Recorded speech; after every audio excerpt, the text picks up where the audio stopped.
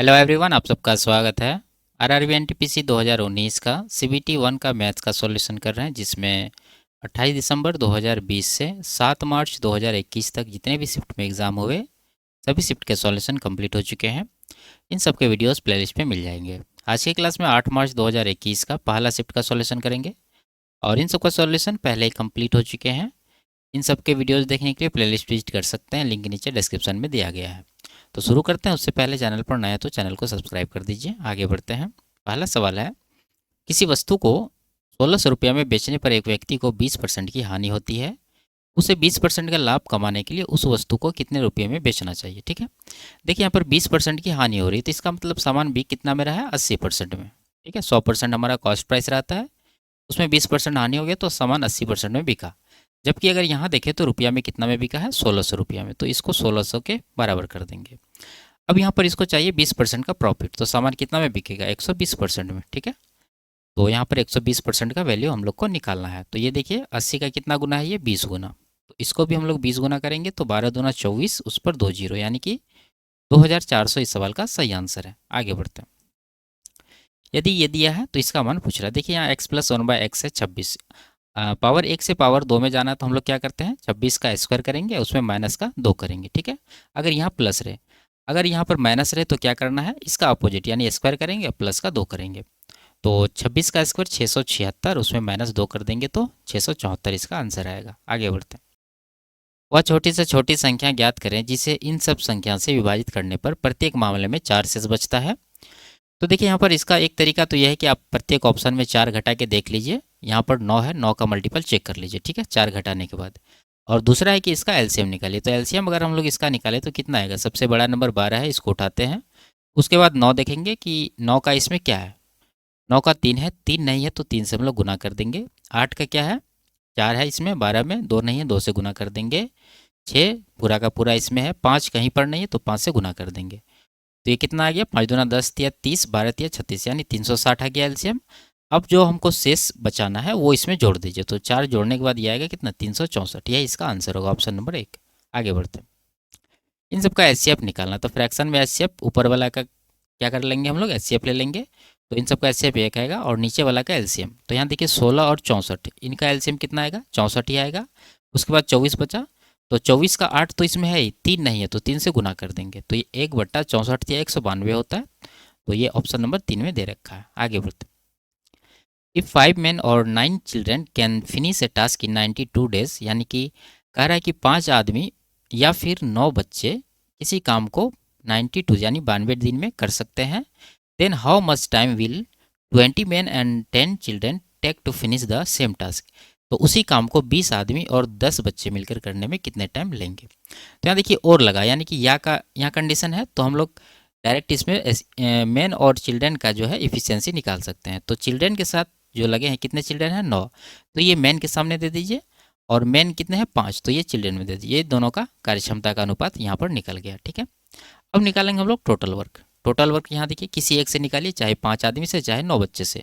अगर 5 आदमी से निकालेंगे तो 5 गुना एक आदमी का एफिशिएंसी यहाँ पर हम लोग निकाला है 9, तो 9 से गुना करेंगे। और ये सब कितना दिन में करते हैं, तो 92 से यहाँ पर गुना कर देंगे। ये टोटल वर्क हो गया हमारा। अब इस काम को करेगा कौन, 20 आदमी। तो 20 आदमी का कुल इफिशियंसी कितना होगा, एक का 9 है तो 20 का 20 नमा 180 यूनिट होगा। उसमें प्लस करेंगे 10 चिल्ड्रेन का, तो 10, एक चिल्ड्रेन का है 5, तो 10 बचे 50 यूनिट हो जाएगा टोटल। अब दोनों एक साथ जब काम करेंगे तो कितना यूनिट काम होगा, 18 5 23, यानी 230 यूनिट काम प्रत्येक दिन होगा। अब इससे डिवाइड कर दीजिए। तो यहाँ देखिए 5 से अगर हम लोग इसको कटा दें तो 5 के 20, 5 के 30, 46, 46 दूना 92, 9 दूना 18। तो 18 दिन इस सवाल का आंसर होगा, ऑप्शन नंबर 2। आगे बढ़ते हैं। 20,000 की राशि पर 4% वार्षिक दर से 2 वर्ष का चक्रवृद्धि ब्याज कितना होगा यदि ब्याज की गणना छमाही चक्रवृद्धि आधार पर की जाती है। ठीक है, देखिए यहाँ पर 4% वार्षिक दर है और ब्याज जो है छमाही कैलकुलेट हो रहा है, तो प्रत्येक 6 माह में कितना का ब्याज मिलेगा, इसका आधा यानी कि 2% का। और टाइम है 2 वर्ष का, तो इसमें कितने छमाही होंगे, इसमें हो जाएंगे 4 छमाही। ठीक है, 4 गुना 6 मंथ का अवधि हो जाएगा। अब देखिए आपको यहाँ पर 4 साइकिल है, तो रेशियो 4 साल का जो होता है प्रयोग करना होगा 4641 का। ठीक है, 4641। अब आपको करना है कि मूलधन लेना है 20,000 है, इसका 2% निकालिए। तो 20,000 का 2% कितना आएगा, इसका 1% आएगा आपको 200 रुपया और 2% हो जाएगा 400 रुपया, तो 400 यहाँ देंगे। फिर अब अगला रेशियो में जो देंगे ये 400 का 2% निकालेंगे, तो 400 का 2% कितना होगा, 4 दूना 8 रुपया। अब अगला रेशियो में फिर ये 8 का 2% निकालेंगे, तो 8 दूना 16 यानी कि 0.16 रुपया यहाँ पर आएगा। और आगे बहुत कम आएगा, तो इसको हम लोग इग्नोर कर सकते हैं क्योंकि आंसर जो है 2 ही डिजिट तक है और यहाँ पर चौथा डिजिट में ये पहुँच जाएगा, तो उसको छोड़ते हैं। अब यहाँ से निकालते हैं, तो ऊपर नीचे गुना करके जोड़ना होता है इसको। 4 गुना 400 करेंगे तो यहाँ से आएगा 1600 रुपया, और इसके बाद 8 छः 48 रुपये यहाँ से आएगा, और 16 चौके 64 यानी 0.64 रुपया यहाँ से आएगा।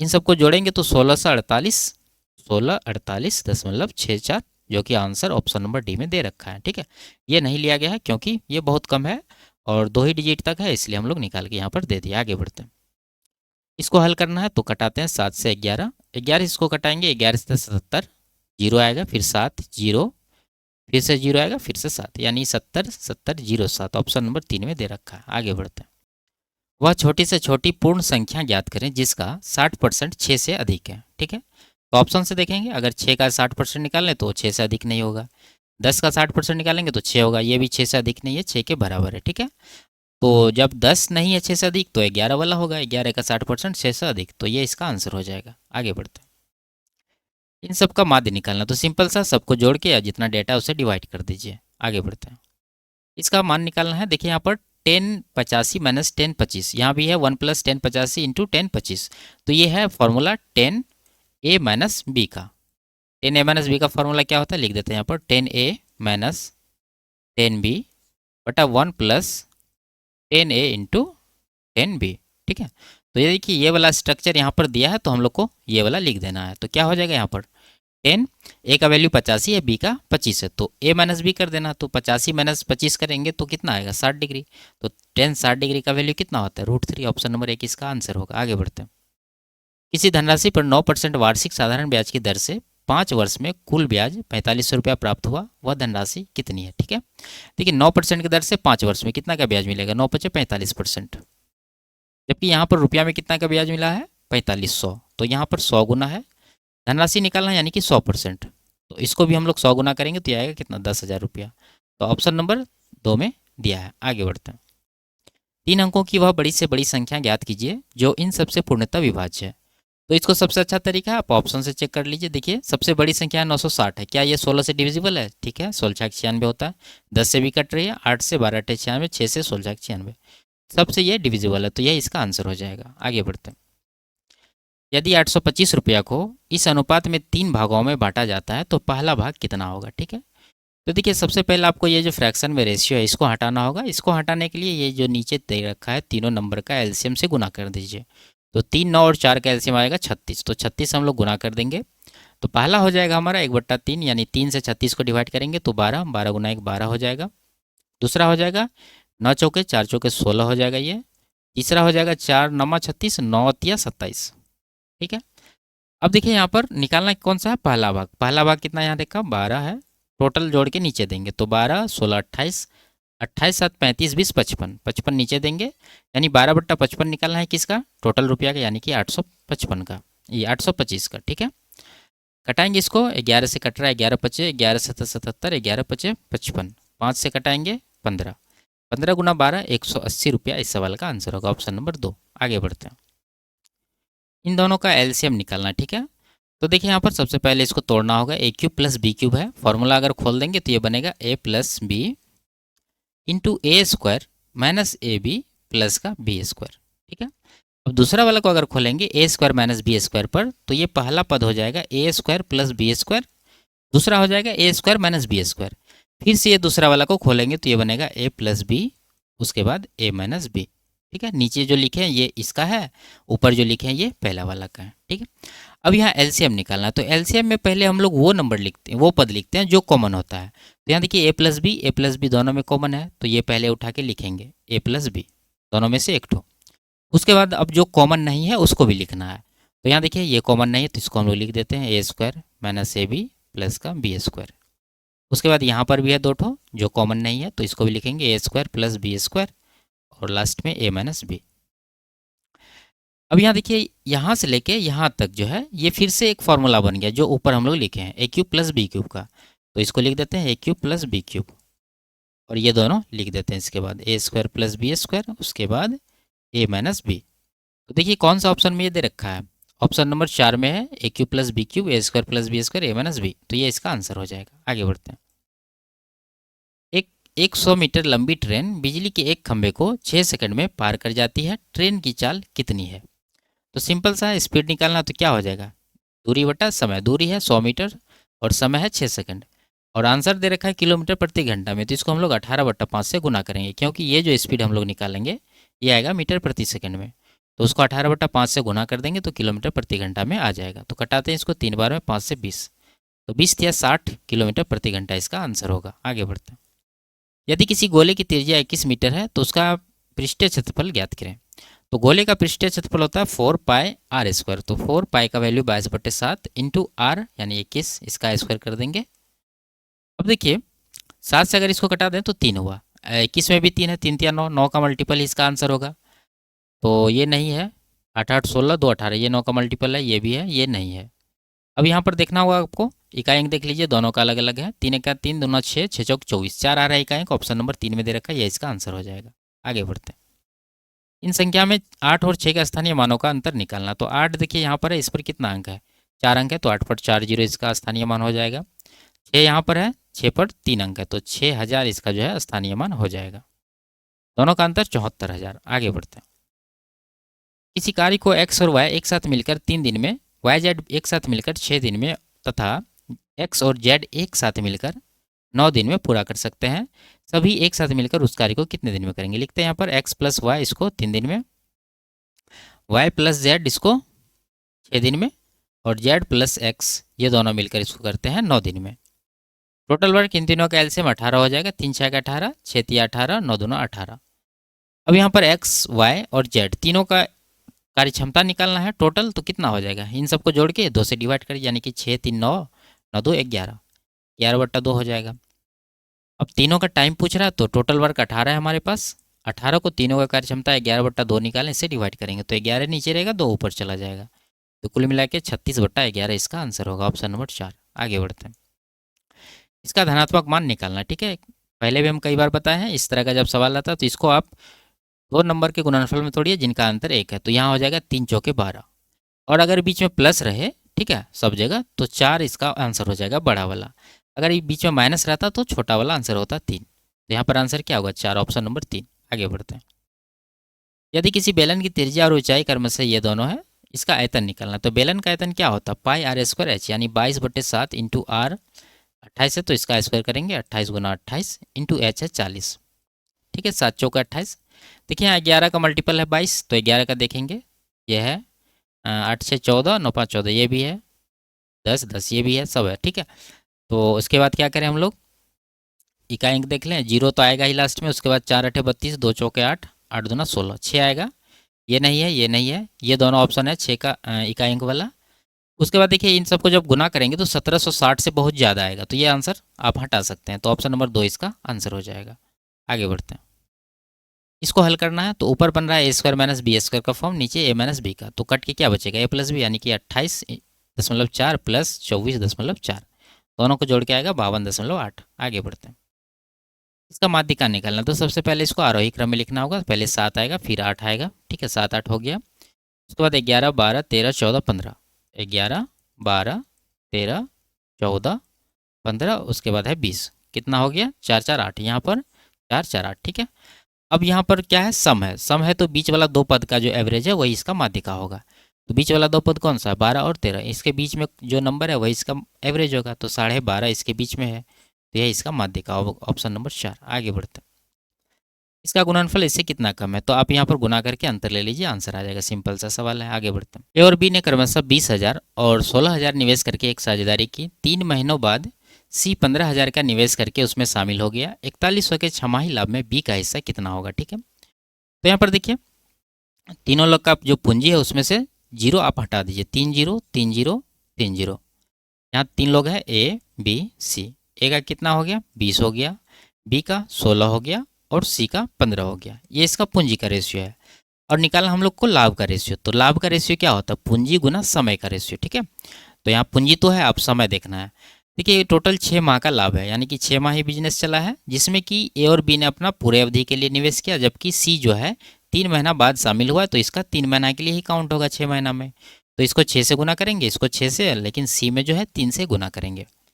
अब इसका ले लीजिए रेशियो, 3 से कटाएंगे, 3 दूना 6, 3 दूना 6, तो ये आएगा 40, ये आएगा 32 और ये आएगा 15।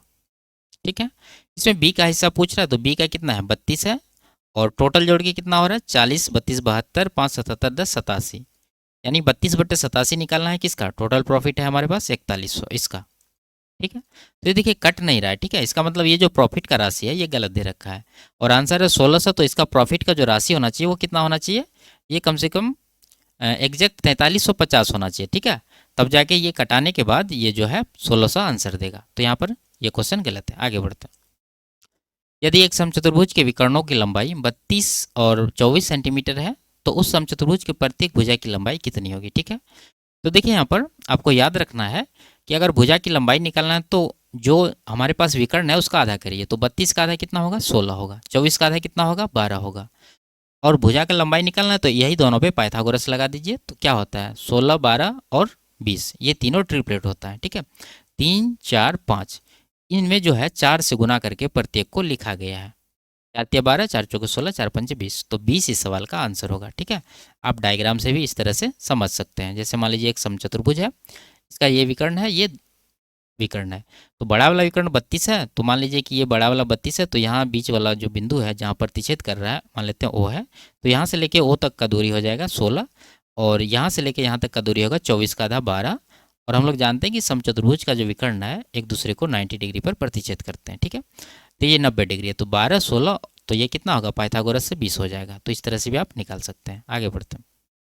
किसी निश्चित धनराशि पर 5% वार्षिक ब्याज की दर से 2 वर्ष के चक्रवृद्धि ब्याज और साधारण ब्याज का अंतर 25 रुपया है, वह धनराशि ज्ञात कीजिए। ठीक है, देखिए यहाँ पर अंतर 25 रुपया, अगर रेट में हम लोग अंतर निकालें तो कितना होगा 5% का रेट है, तो ये फॉर्मूला होता है 5 का स्क्वायर बटा 100%। ठीक है, आपको याद रखना कि मान लीजिए x% अगर रेट है तो उसका 2 वर्ष का जो अंतर होगा वो x² बटा 100% होगा। ठीक है, तो ये कितना होगा, कटाएंगे इसको, 25 को 100 से डिवाइड करेंगे तो 0.25% आएगा। ठीक है, जबकि यहाँ रुपया में कितना दे रखा है 25 रुपया, तो इसको 25 के बराबर करेंगे, ये कितना गुना है 100 गुना, धनराशि निकालना है यानी कि 100% का वैल्यू निकालना है, तो इसका भी 100 गुना करेंगे तो 10,000 इसका आंसर आएगा, ऑप्शन नंबर 3। आगे बढ़ते हैं। ABC एक समकोण त्रिभुज है जिसका कोण C समकोण है, यदि A 60 है, AC 20√3 है, तो AB का मान ज्ञात कीजिए। देखिए एक त्रिभुज बना लेते हैं हम लोग, जिसमें कोण C जो है समकोण है, तो ये हो गया A, ये हो गया B। अब ए दे रखा है 60 डिग्री, यानी ये है 60 डिग्री हमारा, तो ये कितना होगा 30 होगा। ए सी है 20√3, तो ए सी कितना है यहाँ पर 20√3, तो ए बी निकालना है, यानी कि ये निकालना है कर्ण। देखिए यहाँ पर 30, 60, 90 का ट्राइंगल है, इसमें रेशियो हम आपको हमेशा बताते हैं क्या होता है 1, 60 के सामने √3 और 90 के सामने 2 होता है। अब यहाँ देखिए 1 यूनिट का वैल्यू 20√3 है, तो 2 यूनिट का निकालना तो कितना होगा 2 गुना कर देते हैं, यानी कि 40√3, ये इसका आंसर हो जाएगा, ऑप्शन नंबर 2। आगे बढ़ते हैं। राम एक पुस्तक को उसके अंकित मूल्य 125 रुपया में बेचकर विक्रय मूल्य के 2/5 के बराबर लाभ अर्जित करता है, पुस्तक का क्रय मूल्य ज्ञात कीजिए। देखिए विक्रय मूल्य का 2/5, तो अगर हम लोग सेलिंग प्राइस को 5 यूनिट मान लें, ये जो नीचे दे रखा है 5, ठीक है, तो इसका प्रॉफिट कितना बनेगा, इसका बन जाएगा 2, 5 का 2/5 करेंगे तो 2 आएगा।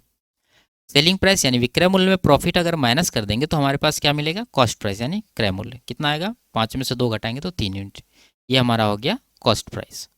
देखिए 3 यूनिट कॉस्ट प्राइस आया है, इसी का वैल्यू निकालना है, तो 3 का मल्टीपल आंसर होगा, 2 ऑप्शन नहीं होगा, इसके बाद यहाँ पर है। अब देखिए ये क्या है 125 रुपया में बेचा है, जबकि यहाँ पर कितना में बेचा है 5 यूनिट में, तो 5 यूनिट का वैल्यू हो जाएगा 125 रुपया, कितना गुना है 25 गुना, तो इसको भी हम लोग 25 गुना करेंगे तो 25 या 75 रुपया इसका आंसर होगा, ऑप्शन नंबर 3। आगे बढ़ते हैं।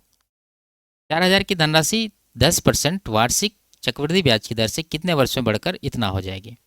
देखिए 4,000 से 4840 यानी 840 रुपया इसको जो है ब्याज मिल रहा है, तो देखिए 4,000 का अगर 10% निकालें तो 400 आएगा, तो 400 दूना 800 इसके आसपास है, तो ये 2 वर्ष ही इसका टाइम हो जाएगा। ठीक है, आप आसानी से ऑप्शन देख के निकाल सकते हैं, इसमें ज़्यादा कुछ करना नहीं। आगे बढ़ते हैं। 8 संख्याओं का माध्य 37 है। यदि उनमें से एक संख्या को हटा दिया जाता है तो माध्य 2 कम हो जाता है। हटाई गई संख्या ज्ञात कीजिए। ठीक है, देखिए यहाँ पर 8 संख्या है जिसका माध्य कितना दे रखा है, 37। अब जो संख्या को हटाया गया है वो तो एवरेज के बराबर ले ही जाएगा, यानी 37 तो ले ही जाएगा। साथ में क्या हुआ है कि जो उसके जाने से प्रभाव पड़ा है उसको भी हम लोग देखेंगे। 8 नंबर था, एक हटा दिया गया, बचा कितना, 7 नंबर। और उसके जाने से प्रत्येक का माध्य जो है 2 कम हो गया है, यानी बचा कितना नंबर है, 8 में से एक चला गया तो 7 नंबर बचा है। 7 में से जो है प्रत्येक का माध्य 2 कम हुआ है, तो 7 गुना 2 कर देंगे तो 14 का यहाँ पर टोटल कमी है। ये किसके कारण कमी हुआ है, ये जो हटाया गया नंबर है उसके कारण। इसका मतलब ये हटाया गया नंबर सभी नंबर से एवरेज से 14 अधिक होगा। ठीक है, तो 14 हम लोग इसमें जोड़ देंगे, तो 37 प्लस 14 51 इसका आंसर होगा, ऑप्शन नंबर 1। आगे बढ़ते हैं। इसमें क्या कर रहा है, यदि एक महीने के दौरान खर्च की गई कुल राशि 45,000 थी तो शिक्षा और स्वास्थ्य दोनों पर खर्च की गई कुल राशि कितनी थी। ठीक है, लगभग में पूछ रहा है, तो कि टोटल खर्च इसका है कितना, 45,000। इसमें निकालना है शिक्षा और स्वास्थ्य का, तो देखेंगे कहाँ है शिक्षा, शिक्षा 2.5, स्वास्थ्य है 2, तो दोनों को जोड़ के कितना हो रहा है, 4.5। और नीचे देंगे सबको जोड़ के, सब कितना हो रहा है जोड़ के, 2 2 4 1 5 1 6 6 3 9 9 2 11, 11 इधर हो गया, 3 5 8 5 13 13 9 22 22 5 27, यानी 2.7 इधर हो गया। दोनों को जोड़ने के बाद कितना बनेगा, 13.7। अब इसको कटाना, देखिए 45 दिया 135 होता है, तो ये लगभग 3 में जाएगा, 3 से थोड़ा सा ज़्यादा रहेगा, और 3 से जब इसको कटाएंगे तो ये 15,000 के करीब जो है आएगा। ठीक है, तो एग्जैक्ट तो पूछ नहीं रहा है, लगभग में 15,000 है, तो इसके आसपास जो है इसका आंसर हो जाएगा। आगे बढ़ते हैं। 2017 में कंपनी सी द्वारा किए गए उत्पादन और 2014 में कंपनी बी द्वारा किए गए उत्पादन का अनुपात ज्ञात कीजिए। 17 में सी है ग्रे वाला, 17 कहाँ है, यहाँ पर है। ठीक है, 17 40 है इसका, और 14 में बी, तो 14 यहाँ पर है, इसमें बी कौन सा, ऑरेंज वाला है, 45। 40 और 45 के रेशियो 5 से कटाएंगे 8, 5 9 45, 8 अनुपात 9। आगे बढ़ते हैं। इनमें से कौन सा कथन सही नहीं है। पहला है 2019 में M1 M2 और M3 का औसत उत्पादन 2018 में M1 M2 M3 का औसत उत्पादन से अधिक था। चेक करना होगा हम लोग को। 2019 में M1 M2 M3, 19 वाला कौन सा है, ब्लू वाला, ये तीनों को जोड़ना, 58 58 116 116 और 52, 168 हो रहा है जोड़ के। ठीक है, तो दोनों को देखिए औसत का ही तुलना करना है तो हम लोग टोटल का भी तुलना कर सकते हैं, बराबर ही आएगा, कोई अंतर नहीं होगा। तो 168 इसका हो गया। अब देखेंगे कि 2018 में ये तीनों का M1 M2 M3 का, तो 18 में ये ग्रे वाला है 56 60 कितना होगा, 116, 116 प्लस 52, ये भी 168 ही हो रहा है, यानी दोनों बराबर है। तो यहाँ क्या करा, उत्पादन से अधिक था, अधिक नहीं था, इसका मतलब यही जो स्टेटमेंट है पहला वाला यही गलत है, तो ये इसका आंसर हो जाएगा, ऑप्शन नंबर 1। आगे बढ़ते हैं। 2017-18 में कंपनी द्वारा अर्जित किया गया लाभ 2013-18 तक की समीक्षाधीन अवधि के दौरान अर्जित औसत लाभ के लगभग कितने प्रतिशत के बराबर था। तो 17-18 का कितना लाभ है, 17-18 का है 350। इसका परसेंटेज निकालना है 13 से 18 तक का औसत पर, तो 13 से 18 यानी पूरा करना है, सबको जोड़ना है, 3 3 6 2 1 8 3 11 3 14, 1400 तो यहाँ हो गया राउंड में, और 5 1 6 9 15 15 8 23, 230 इधर हो गया, तो कुल मिला के 14 2 1630, और एवरेज भी निकालना है तो 1630 को आपको 5 से डिवाइड करना होगा। 5 दिया 15 जाएगा, 5 दूना 10, 5 छः 30, यानी 326 आएगा। इसका परसेंटेज निकालना तो 100% से गुना कर देंगे।